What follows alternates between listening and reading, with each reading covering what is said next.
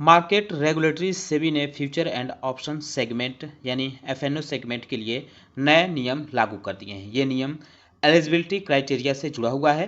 इसका असर 23 अलग अलग स्टॉक पर देखने को मिल सकता है आगे चलकर। ये सभी स्टॉक एफएनओ सेगमेंट से बाहर हो सकते हैं क्योंकि ये क्राइटेरिया को पूरा करते हुए नहीं दिख रहे हैं। हालांकि कुछ शेयर ऐसे हैं जो अब इसमें एफएनओ सेगमेंट में आ सकते हैं। तो इस पे जो एक्सपर्ट कह रहे हैं, इस पे हमने एक डिटेल रिपोर्ट कलेक्ट की है। मीडिया में जो रिपोर्ट चल रही है तो पूरे कौन कौन से शेयर बाहर हो सकते हैं, कौन कौन से शेयर एफएनओ सेगमेंट में अंदर आ सकते हैं, इन सारी चीज़ों पे हम चर्चा करेंगे। और जो नया नियम एफएनओ के लिए ये जो एलिजिबिलिटी क्राइटेरिया सेबी की तरफ से जारी किया गया है, इस पे भी हम इस वीडियो में चर्चा करेंगे। लेकिन उससे पहले मैं कहना चाहूँगा कि अगर आपने हमारे चैनल को सब्सक्राइब नहीं किया है तो कृपया सब्सक्राइब कर लें और बेल आइकन भी दबा लें। सेबी ने नियमों में क्या बदलाव किया है, क्या एलिजिबिलिटी क्राइटेरिया नया रखा है, इसके बारे में पहले बात करते हैं। तो सेबी ने जो सर्कुलर जारी किया है उसके मुताबिक अब स्टॉक का median quarter sigma order size यानी MQSOS कम से कम 75 लाख रुपए होना चाहिए। पहले यह सिर्फ 25 लाख रुपए ही था। इसके अलावा जो दूसरा बदलाव है वो मार्केट वाइड पोजीशन लिमिटेड यानी MWPL भी 500 करोड़ रुपए बढ़ाकर अब 1500 करोड़ रुपए कर दी गई है।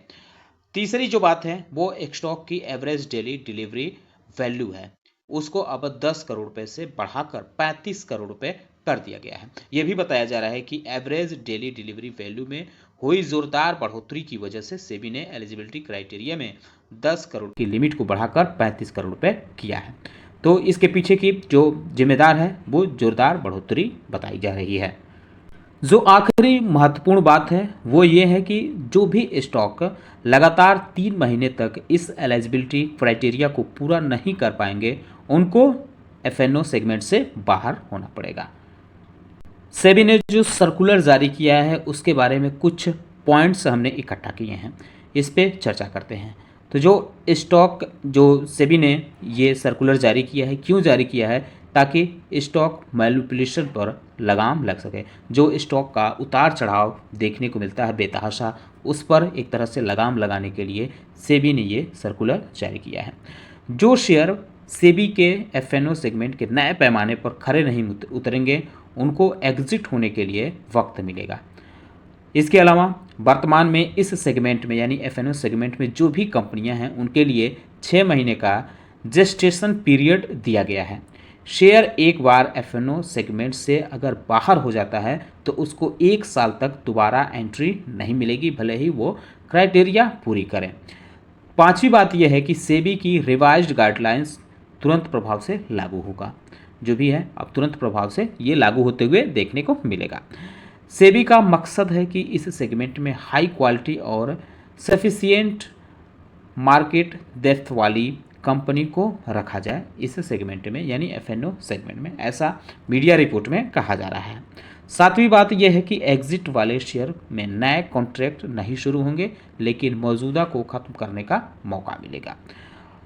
अगली बात है कि सेबी ने ये कदम इसलिए उठाए हैं जिससे एफ&ओ में सेगमेंट में सिर्फ हाई क्वालिटी स्टॉक को ही जगह मिले, सभी क्वालिटी के स्टॉक को जगह न मिलकर सिर्फ हाई क्वालिटी स्टॉक को जगह मिले।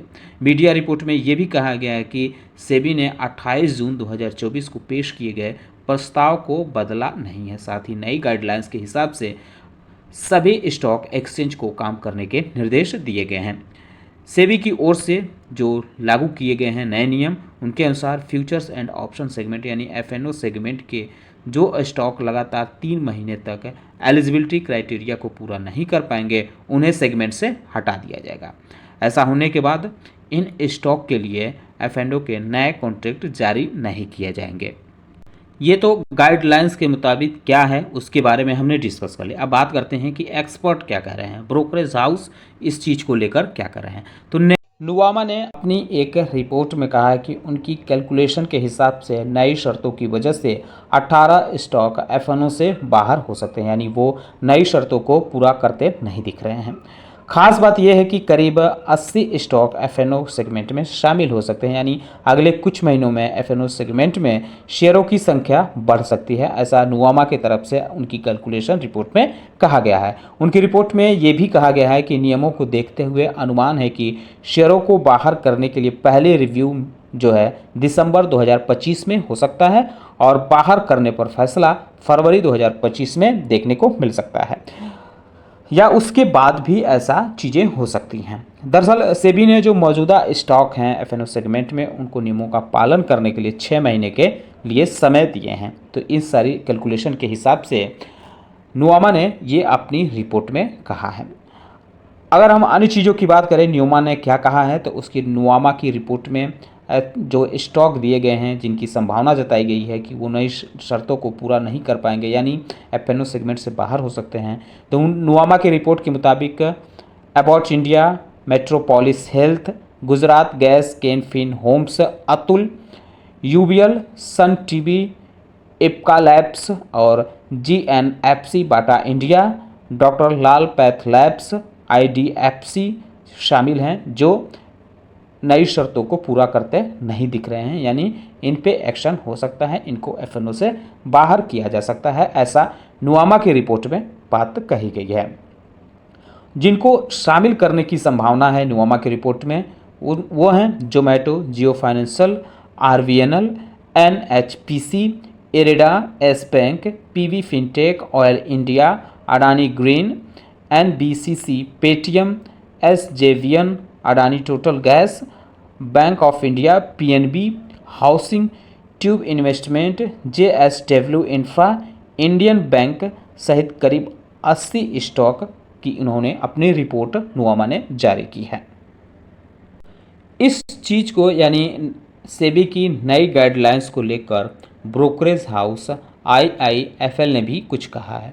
उसने कहा है कि इन नए नियम की वजह से 23 stock future and option segment से बाहर हो सकते हैं। ऐसा होने पर उनके कॉन्ट्रैक्ट भी बंद किए जाएंगे। तो जो आईआईएफएल अल्टरनेटिव्स के कैलकुलेशन देखने को मिले हैं उनके नए नियमों के आधार पर जो 23 स्टॉक को एफएनओ से बाहर होने की जो बात कही गई है, उस रिपोर्ट में किन शेयरों के नाम हैं जैसे Laurus Labs, Ramco Cement, Nitrite, Deepak Nitrites, Atul Limited, Torrent Pharma, Chambal Fertiliser जैसे शेयर शामिल हैं। इसके अलावा Gujarat Gas, Coromandel International, Granules India, Sun TV Network, Syngene International, City Union Bank और Gujarat Narmada Valley Fertiliser and Chemical यानी GNFC, Canfin Homes, Bata India, doctor Lal Path Lab, About India, United Breweries यानी UBL यानी और IPCA Labs, Metropolis Health Care, India Mart, Intermesh, महानगर gas और जेके cement बाहर हो सकते हैं, ऐसा आईआईएफएल की रिपोर्ट में कहा गया है। तो ये शेयर जो हैं इनकी तरफ से बताया गया है कि ये एफएनओ सेगमेंट से बाहर हो सकते हैं नई क्राइटेरिया के मुताबिक, और जिनके शामिल होने की संभावना उन्होंने जताई है उनके नाम है जोमेटो, अडानी ग्रीन, जियो फाइनेंशियल, डीमार्ट और टाटा टेक्नोलॉजी जैसे कुछ शेयर हैं। एक्सपर्ट के तरफ से और भी जिन कंपनियों के नाम बताए जा रहे हैं उनके नाम आप देख सकते हैं। लॉरस लैब्स लगभग सभी एक्सपर्ट की तरफ से दिखाए जा रहे हैं। चंबल फर्टिलाइजर्स भी दिखे जा रहे हैं, जेके सीमेंट्स भी दिख रहा है, रैमको सीमेंट्स है, गुजरात गैस है, टोरेंट फार्मा है, सन टीवी नेटवर्क है, Deepak Nitrite Limited, Gujarat Narmada Valley Fertiliser and Chemical, doctor Lal Path Labs, United Beverage Mahanagar Gas Limited, Coromandel International Limited, Syngene International Limited, Canfin Homes, Atul Limited और Granules India, City Union Bank, Bata India, About India, IPCA Laboratories Limited और Metropolis Health Care, India Mart, Intermesh. ये जो share हैं ये कुछ expert बता रहे हैं कि ये एफएनओ सेगमेंट से बाहर हो सकते हैं जो नई क्राइटेरिया आई है उसके मुताबिक, क्योंकि ये उसको पूरा करते हुए नहीं दिख रहे हैं।